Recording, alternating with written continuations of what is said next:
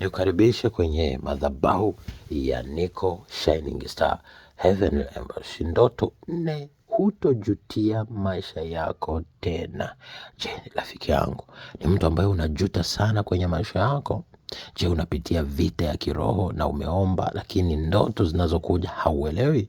Kumbuka Roho Mtakatifu anaweza kujibu kupitia maono, kupitia ndoto, kupitia ishara mbalimbali za mwili au namna fulani ambayo kibinadamu si kawaida. Lakini ndoto hizi 4 unapoziona, jua hutojutia tena. Ndoto ya kwanza, unashangiliwa. Kushangiliwa ni ishara ya kufurahiwa. Kwa hiyo ina maana majuto yameondoka, sasa ni furaha. 2, ndoto unapewa nafasi, wengine wanatoka wanakupisha. Ina maana ni ishara ya kufurahiwa na kuondolewa kwenye hali ya kukataliwa na ya majuto. 3, ndoto una furaha au unatabasamu au unacheka kwa furaha.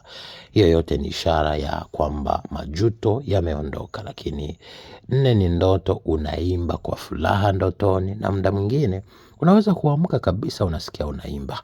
Hayo yote ni ishara Roho Mtakatifu anakufunulia kwamba furaha sasa imekuja kwenye maisha yako. Unachohitaji ni kuzidi kumwamini na kutembea katika uaminifu. Nawapenda. God bless you. Thank you for watching.